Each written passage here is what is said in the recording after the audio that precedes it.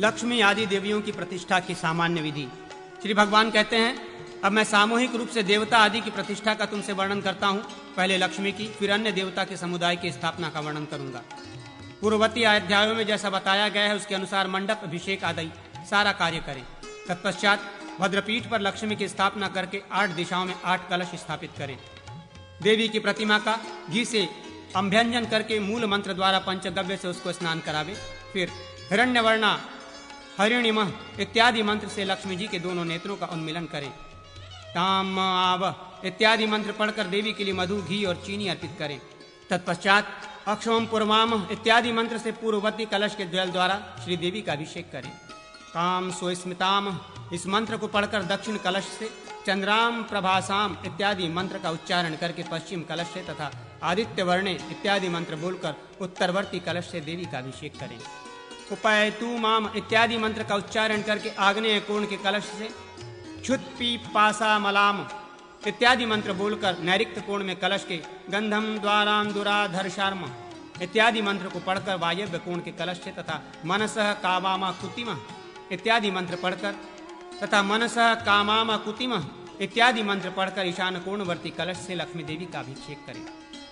कर्दमेन प्रजाभूता इत्यादि मंत्र से सुवर्णमय कलश के जल से देवी के मस्तक का अभिषेक करें। तदनंतर आपः सृजन्तु इत्यादि मंत्र से 81 कलशों द्वारा श्री देवी की प्रतिमा को स्नान करावें। तत्पश्चात श्री प्रतिमा को शुद्ध वस्त्र से पोंछकर सिंहासन पर विराजमान करें और वस्त्र आदि समर्पित करने के बाद आद्राम पुष्करणीमः इस मंत्र से गंध अर्पित करें। आद्राम या करिणमम आदि से पुष्प और माला चढ़ाकर पूजा करें। इसके बाद ताम आवजात वेदो इत्यादि मंत्र से और आनंद इत्यादि श्लोक से अखिल उपचार अर्पित करें। श्रायंती इत्यादि मंत्र से श्री प्रतिमा को शैया पर शयन करावें। फिर श्री सूक्त से सन्निधिकरण करें और लक्ष्मी श्रीम बीज श्रीम से चित्त शक्ति का विन्यास करके पुनः अर्चना करें। इसके बाद श्री सूक्त से मंडपस्थ कुंडों में कमलोत अथवा करवीर पुष्पों का हवन करें। होम संख्या एवं 1000 या 100 होनी चाहिए।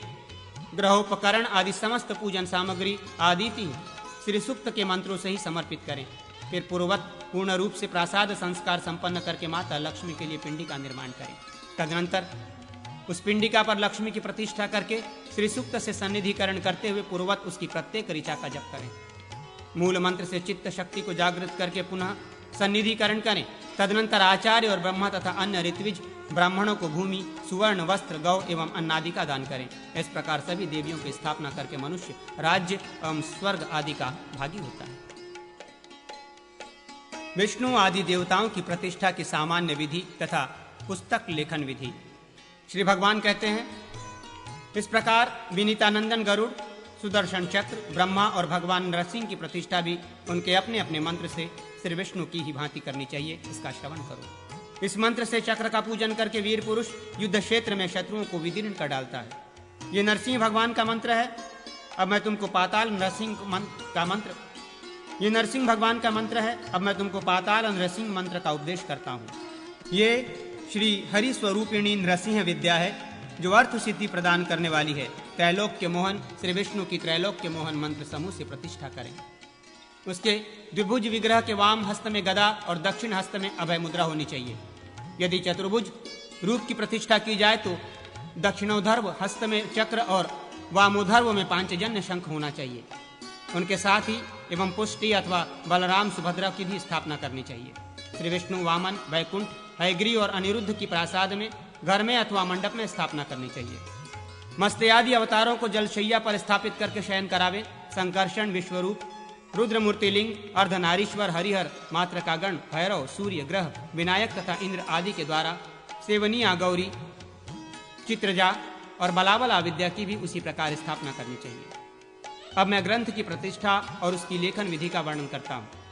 आचार्य स्वस्तिक मंडल में षड्यंत्र के आसन पर स्थित लिखित पुस्तक विद्या एवं श्रीहरि का जजन करें। फिर यजमान गुरु विद्या एवं भगवान विष्णु और लिपिक लेखक पुरुष की अर्चना करें। तदनंतर पूर्वाभिमुख होकर पद्मिनी का ध्यान करें और चांदी की दावात में लगी हुई स्याही तथा सोने के कलम से देवनागरी अक्षरों में 5 श्लोक लिखें। फिर ब्राह्मण को यथाशक्ति भोजन करावें और अपनी सामर्थ्य के अनुसार दक्षिणा दें। आचार्य विद्या और श्री विष्णु का पूजन करके लेखक पुराण आदि का लेखन प्रारंभ करें। पूर्वत मंडल आदि के द्वारा ईशान कोण में भद्रपीठ पर दर्पण के ऊपर पुस्तक रखकर पहले की भांति कलशों से सेचन करें। फिर यजमान नेत्रोन्मिलन करके शैया पर उस पुस्तक का स्थापन करें। तत्पश्चात पुस्तक पर पुरुष सूक्त तथा वेद आदि का न्यास करें। तदनंतर प्राण प्रतिष्ठा, पूजन एवं चरुहोम करके पूजन के पश्चात दक्षिणा से आचार्य आदि का सत्कार करके ब्राह्मण भोजन करावे। उस ग्रंथ को रथ या हाथी पर रखकर जन समाज के साथ नगर में घुमावे। अंत में गृह या देवालय में उसे स्थापित करके उसकी पूजा करें। ग्रंथ को वस्त्र से आवेष्टित करके पाठ के आदि अंत में उसका पूजन करें। पुस्तकवाचक विश्व शांति का संकल्प करके एक अध्याय का पाठ करें। फिर गुरु कुंभ जल से यजमान आदि का अभिषेक करें। ब्राह्मण को पुस्तक दान करने से अनंत फल की प्राप्ति होती है। गोदान, भूमिदान और विद्यादान ये 3 अतिदान कहे गए हैं। ये क्रमशः दोहन, वपन और पाठ मात्र करने पर नरक से द्वार खोल देते हैं। ये क्रमशः दोहन, वपन और पाठ मात्र करने पर नरक से उद्धार कर देते हैं। मसी लिखित पत्र संचय का दान विद्यादान का फल देता है और उन पत्रों की एवं अक्षरों की जितनी संख्या होती है दाता पुरुष उतने ही 1000 वर्षों तक विष्णु लोक में पूजित होता है। पंचरात्र, पुराण और महाभारत का दान करने वाला मनुष्य अपने 21 पीढ़ियों का उद्धार करके परम तत्व में विलीन हो जाता है। कुआं, बावड़ी और पोखरे आदि की प्रतिष्ठा की विधि। श्री भगवान कहते हैं, ब्राह्मण अब मैं कूप, वापी और तड़ाग की विधा श्री भगवान कहते हैं, ब्राह्मण अब मैं कूप, वापी और तड़ाग की प्रतिष्ठा की विधि का वर्णन करता हूं, उसे सुनो। भगवान श्री हरि ही जल रूप से देवश्रेष्ठ सोम और वरुण हुए हैं। संपूर्ण विश्व अग्निशोममय है। जल रूप नारायण उसके कारण है। मनुष्य वरुण की स्वर्ण, रौप्य और रत्नमयी प्रतिमा का निर्माण करावे। वरुण देव द्विभुज, हंसारूढ़ और नदी एवं नालों से युक्त हैं। उनके दक्षिण हस्त में अभय मुद्रा और वाम हस्त में नागपाश सुशोभित होता है। यज्ञमंडप के मध्य भाग में कुंड से सुशोभित वेदिका होनी चाहिए और उसके तोरण पूर्व द्वार पर कमंडलु सहित वरुण कलश की स्थापना करनी चाहिए। इसी तरह भद्रक दक्षिण द्वार, अर्धचंद्र पश्चिम द्वार तथा स्वस्तिक उत्तर द्वार पर भी वरुण कलशों की स्थापना आवश्यक है। कुंड में अग्नि का आधान करके पूर्णाहुति प्रदान करें।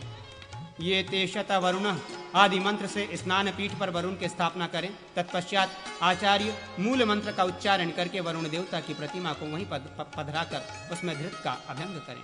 फिर शन्नो देवी इत्यादि मंत्र से उसका प्रक्षालन करके शुद्ध बालह, सर्वशुद्ध वालोह आदि से पवित्र जल द्वारा उससे स्नान करावें। तदनंतर स्नान पीठ की पूर्वादि दिशाओं में 8 कलशों का अधिवासन स्थापन करें। इनमें से पूर्ववर्ती कलश में समुद्र के जल, आग्नेय कोणवर्ती कुंभ में गंगा जल, दक्षिण के कलश में वर्षा के जल, नैऋत्य कोण वाले कुंभ में झरने के जल, पश्चिम वाले कलश में नदी के जल, वायव्य कोण में नद के जल, उत्तर कुंभ में औदिज्य सोते के जल एवं ईशानवर्ती कलश में तीर्थ के जल को भरें। उपर्युक्त विविध जल न मिलने पर सब कलशों में नदी के ही जल को डालें। उक्त सभी कलशों को व्यासा राजा आदि मंत्र से अभिमंत्रित करें। विद्वान पुरोहित वरुण देव का सुमित्रिया आदि मंत्र से मार्जन और निर्मक्षण करें। चित्रम देवानाम तथा तच्चु देवरहितम इन मंत्रों से मधुरत्रय, शहद, घी और चीनी द्वारा वरुणदेव के नेत्रों का उन्मिलन करें। फिर वरुण की उस सुवर्णमयी प्रतिमा में ज्योति का पूजन करें एवं आचार्य को गोदान दें। तदनंतर समुद्र ज्येष्ठा आदि मंत्र के द्वारा वरुण देवता का पूर्ण कलश के जल से अभिषेक करें।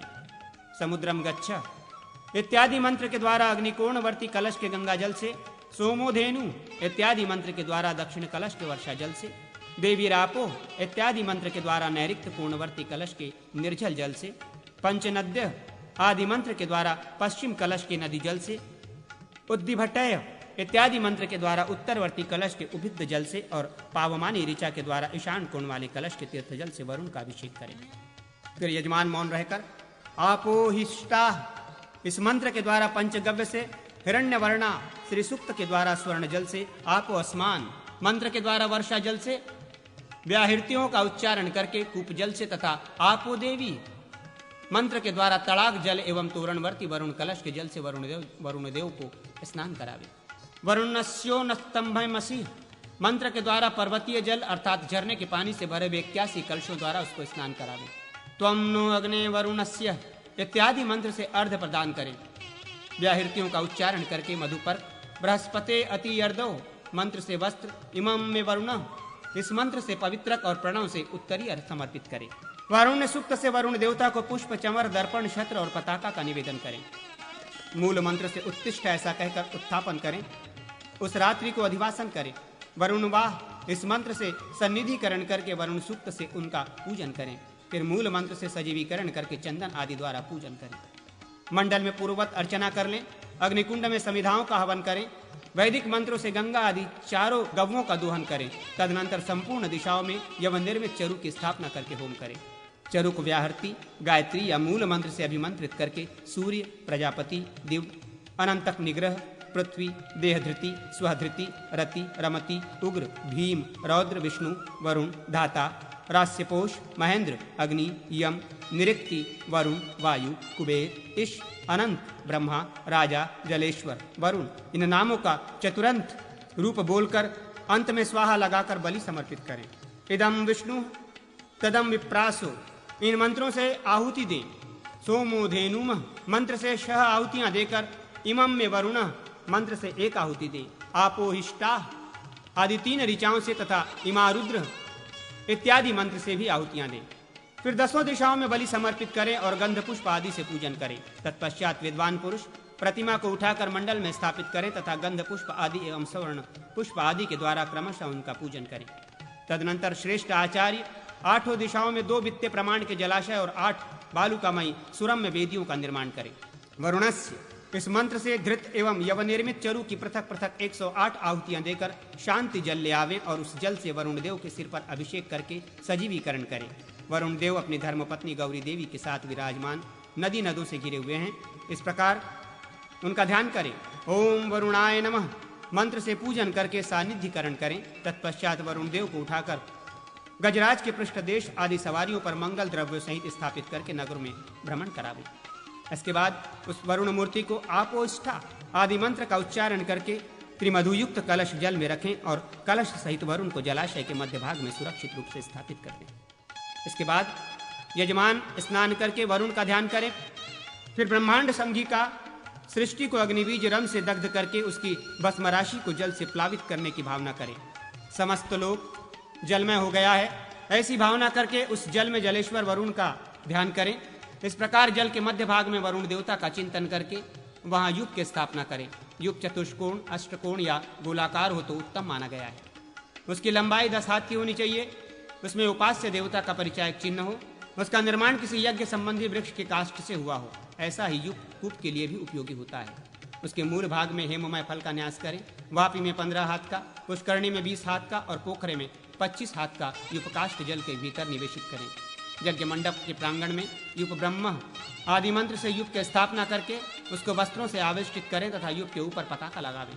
उसका गंध आदि से पूजन करके जगत के लिए शांति कर्म करें। आचार्य को भूमि, गौ, सुवर्ण तथा जलपात्र आदि दक्षिणा में दें।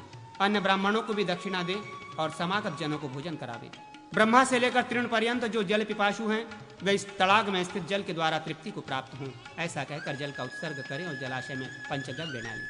तदनंतर आपोहिष्टा इत्यादि 3 ऋचाओं से ब्राह्मणों द्वारा संपादित शांति जल तथा पवित्र तीर्थ जल का निक्षेप करें एवं ब्राह्मणों को गोवंश का दान करें।